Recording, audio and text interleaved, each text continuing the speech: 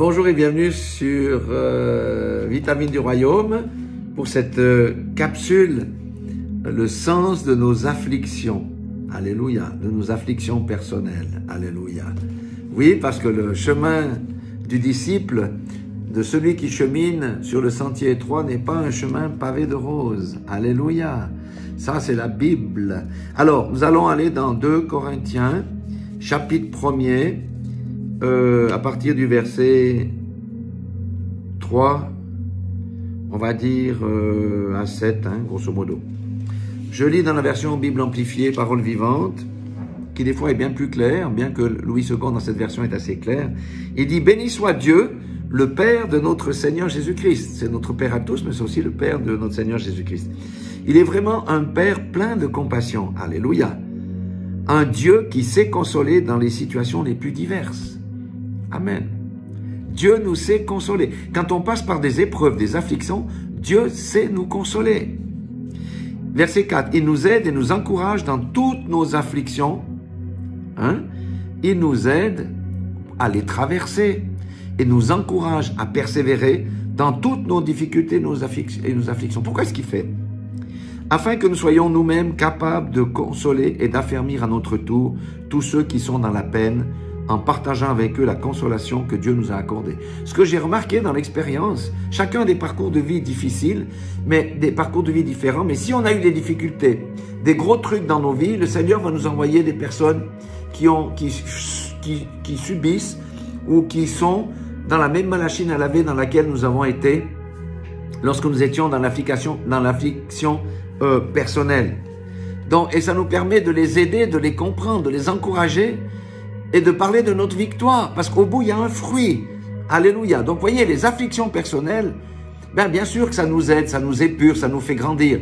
Mais il ne faut pas regarder que ce côté-là de la souffrance. Il faut regarder le bénéfice qu'il y a au bout. Ça va permettre à d'autres de les traverser, de les encourager, de les aider à persévérer pour qu'ils obtiennent la victoire. Verset 5, ça on oublie très souvent dans le monde chrétien. Nous avons certes beaucoup à souffrir au service de Christ, oui. Comme je l'ai dit, le chemin sur le sentier étroit n'est pas pavé de roses. Il y a beaucoup d'épines. Nous avons beaucoup à souffrir au service de Christ. Au service de Christ, c'est celui qui témoigne Christ. C'est celui qui est dans son appel. Même la brebis, qui n'a pas un ministère particulier, lorsqu'elle témoigne, des fois ça peut être une souffrance parce qu'il y a les colibés, il y a le rejet. Et il dit ici, parfois la coupe déborde, mais nous portons ces souffrances avec lui, parce que Christ vit en nous. Heureusement, parce que tout seul, on ne pourrait pas porter les souffrances, les rejets, les colibés, toutes ces choses. Et il est pour nous toujours la source d'abondante consolation. Nous avons l'assurance que quoi que nous traversons, le Seigneur est à nos côtés pour nous consoler. Et il le fait, et nous sortons plus forts. Verset 6. Si donc nous passons par l'épreuve, si nous endurons la persécution ou quelque autre détresse, ce n'est pour vous que bénéfice. Voyez, ce qu'on subit à titre personnel va bénéficier à d'autres. Car alors nous pouvons d'autant mieux vous réconforter et vous affermir dans le chemin du salut. Si d'autre part nous sommes réconfortés, cela vous sert aussi à vous d'encouragement et vous en recevrez des forces nouvelles pour supporter avec patience et constance les mêmes épreuves que nous. Alléluia. Voyez, Dieu est bon, Dieu est merveilleux, Dieu est glorieux. Si nous passons par les épreuves, les afflictions personnelles, c'est dur, mais nous avons la victoire. Christ nous console et ça va servir à quelqu'un que nous allons rencontrer. Et nous allons procurer quelque chose de fabuleux à quelqu'un qui est dans la même ou qui passe par la même situation par laquelle nous avons passé. Et ça, c'est glorieux parce que c'est une âme qui est réconfortée, c'est une âme qui va aller plus loin, c'est une âme qui va manifester l'espérance vivante de Christ. Voilà le témoignage aussi, ce que c'est.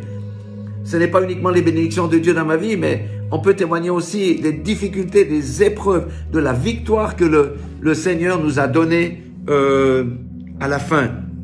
Alléluia. N'oublions jamais que nos afflictions, nos épreuves, les oppressions que nous pouvons subir portent du fruit. Alléluia. On ne voit pas quand on est dans la machine à laver. Mais à la fin, le linge est propre. Vous voyez ce que je veux dire? Il y a un bénéfice.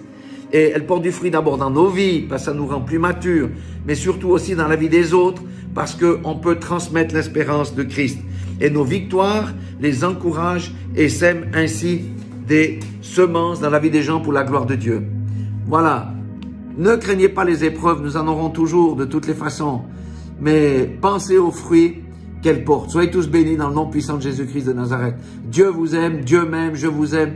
Nous sommes aimés de Dieu, nous sommes consolés de Dieu, quelles que soient les situations par lesquelles nous passons. Que toute la gloire revienne à notre Créateur, notre Dieu et notre Père, et à son Fils Jésus-Christ, notre Seigneur et notre Sauveur, qui a payé le prix à la croix de Golgotha pour nous racheter et nous réconcilier avec Dieu. Soyez tous bénis. Amen.